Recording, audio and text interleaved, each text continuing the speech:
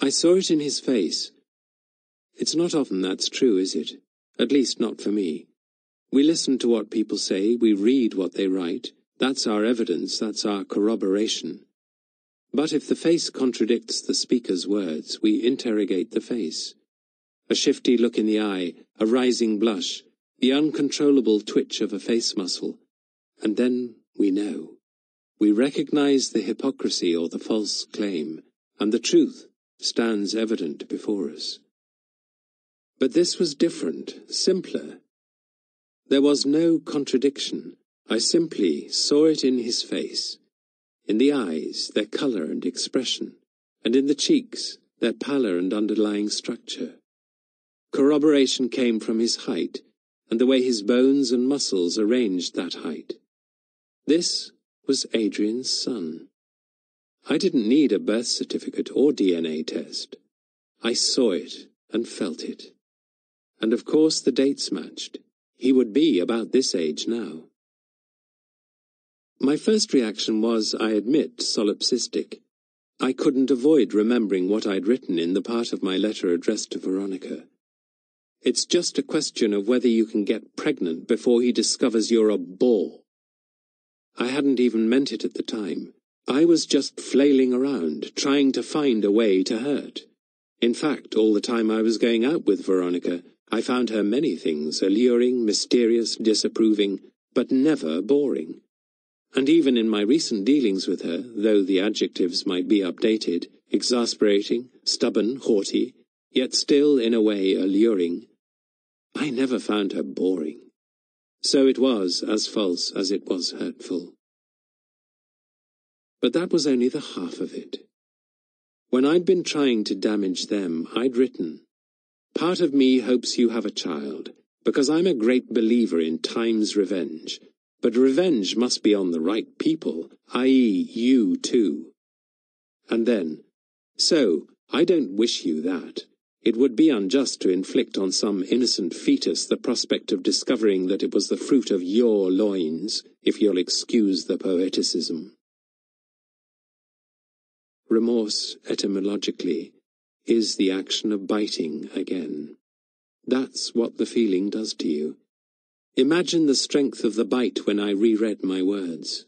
They seemed like some ancient curse I had forgotten even uttering. Of course, I didn't believe in curses. That's to say, in words producing events. But the very action of naming something that subsequently happens, of wishing specific evil, and that evil coming to pass, this still has a shiver of the otherworldly about it.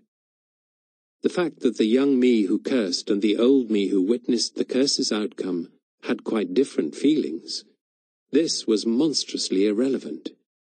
If just before all this started you had told me that Adrian, instead of killing himself, had counterfactually married Veronica, that they had had a child together, then perhaps others, and then grandchildren, I would have answered, "That's fine. Each to their own life. You went your way, and I went mine. No hard feelings." And now these idle clichés ran up against the unshiftable truth of what had happened. Time's revenge on the innocent fetus. I thought of that poor damaged man turning away from me in the shop and pressing his face into rolls of kitchen towel and jumbo packs of quilted toilet tissue, so as to avoid my presence. Well, his instinct had been a true one. I was a man against whom backs should be turned. If life did reward merit, then I deserved shunning. Only a few days previously, I'd been entertaining a dim fantasy about Veronica, all the while admitting that I knew nothing of her life in the 40 and more years since I'd last seen her. Now, I had some answers to the questions I hadn't asked. She had become pregnant by Adrian, and, who knows, perhaps the trauma of his suicide had affected the child in her womb. She had given birth to a son who had, at some stage, been diagnosed as what? As not being able to function independently in society, as needing constant support, emotional and financial. I wondered when that diagnosis had been made. Was it soon after birth? Or had there been a lulling pause of a few years, during which Veronica could take comfort in what had been saved from the wreckage? But afterwards, how long had she sacrificed her life for him, perhaps taking some crappy part-time job while he was at a special needs school?